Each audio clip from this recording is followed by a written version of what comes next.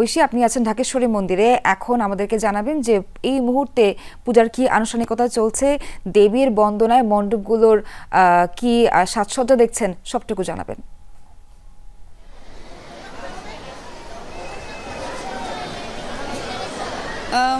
সোহার সাজসজ্জা কিন্তু পুজোর শুরুর আগে অর্থাৎ ষষ্ঠীর আগে পঞ্চমীর মধ্যে সাজসজ্জা বা যে যাবতীয় যে প্রস্তুতিগুলো ছিল সব শেষ হয়েছে। ষষ্ঠী পূজা হয়েছে, কাল বোধন হয়েছে এবং আজকে মহাসপ্তমী এবং আজকে চক্ষুদানের মাধ্যমে দেবী দুর্গাকে জাগ্রত করবার কার্যক্রম শুরু হয়েছিল একদম ভোর থেকে। বেলা 11টা বা 11:30টার দিকে আসলে অঞ্জলি হয়ে গেছে। অঞ্জলির মাধ্যমে আসলে মূল যে পূজা সেই পূজার আনুষ্ঠানিকতা শেষ। এরপর মূল প্রথম অঞ্জলির পর আসলে যারা পরবর্তীতে অঞ্জলি এখন দেননি তারা কিছুক্ষণ পরপর আসছেন, অঞ্জলি দিচ্ছেন। তবে মূল যে আনুষ্ঠানিকতা সেটি কিন্তু শেষ। এখন ভোগ বিতরণ চলছে, সেই ভোগ নিচ্ছে দেবী মায়ের ভোগ নিয়ে সকলে দেবী মায়ের কাছে নিজেদের মনোবাঞ্ছা প্রকাশ ঘটাচ্ছেন। এবং বলা হয় যে এই যে সপ্তমী, মহাসপ্তমীতে পূজার মাধ্যমে 7 জন্মের পাপ মোচন হয়, এটি বিশ্বাস করেন সনাতন ধর্মাবলম্বীরা। এই জন্য আসলে একদম ভোরবেলা সূর্যোদয়ের পরপরই নবপত্রিকা প্রবেশ এবং স্থাপনের মধ্য দিয়ে পূজার মূল যে আনুষ্ঠানিকতা সেটি শুরু হয়েছিল। এবং নবপত্রিকা, যেটিকে প্রচলিত ভাষায় আসলে বলা হয় কলাবউর মহাস্নানের মাধ্যমে দেবী দুর্গার কে জাগ্রত করবার যেই পদ্ধতি বা যে পূজার যে আচার সেগুলো শুরু হয়েছিল। এবং মোটামুটি 11:30টার মধ্যে সপ্তাদি মহাসপ্তমীর যে সপ্তাদি কল্পারম্ভ, সপ্তমাদি কল্পারম্ভ, বিহিত পূজা এবং যাবতীয় যেই আচারগুলো রয়েছে সেগুলো পালন হয়েছে। এবং অঞ্জলির পর আসলে যারা ভক্ত আছেন তারা ঢাকেশ্বরী মন্দিরে যারা শুরু থেকেই ছিলেন তারা কিন্তু এবার বিভিন্ন মণ্ডপে যাবেন, ঘুরে ঘুরে দেখবেন, বিভিন্ন মণ্ডপের দেবী দুর্গার দর্শন করবেন। তাদের সকলেরই প্রত্যাশা যে এবারে আসলে দেবী দুর্গা তো গজে চড়ে এলেন, মানে গজে চড়ে আসার অর্থ হচ্ছে খুব একটি মঙ্গল বার্তা বয়ে নিয়ে আসা ধরনের জন্য।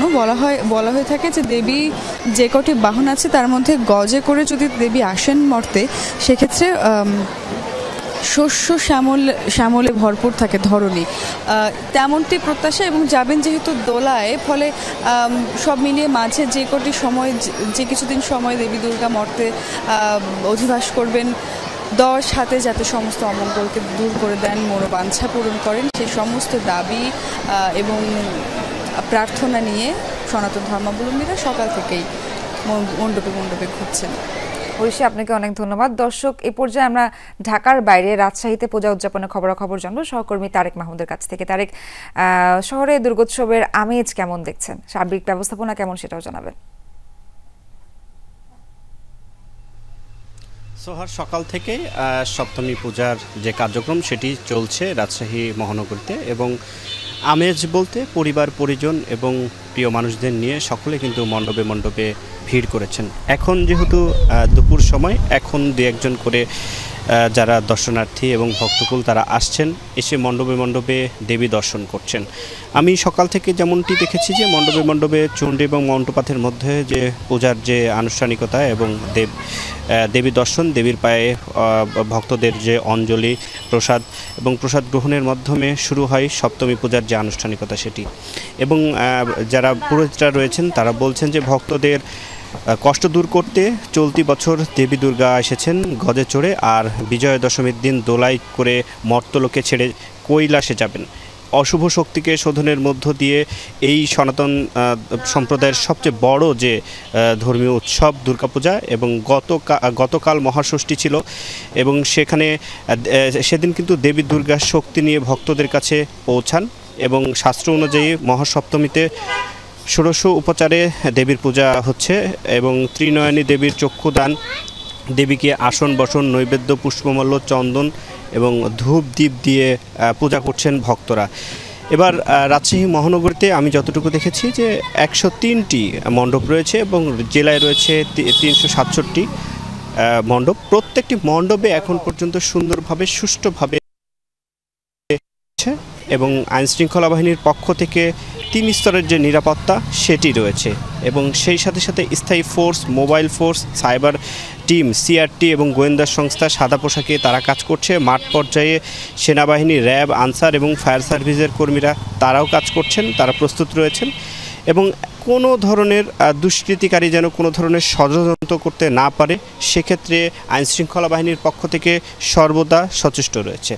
ভক্তগুলো আসছেন, তারা বলছেন যে এবছর তারা নিজের পরিবার পরিজন এবং দেশে যেন শান্তি বিরাজ হয় সেই বিষয়গুলোকে নিয়ে মায়ের কাছে প্রার্থনা করছেন। সকাল থেকে সুষ্ঠু ও সুন্দরভাবে কিন্তু মহাসপ্তমীর যে পূজার যে আনুষ্ঠানিকতা সেটি শেষ হয়েছে। বিকেল বাড়ার সাথে সাথে যারা ভক্তকুল রয়েছে তারা দেবী দর্শনে বের হবেন। সোহার। তারেক, আপনাকে অনেক ধন্যবাদ।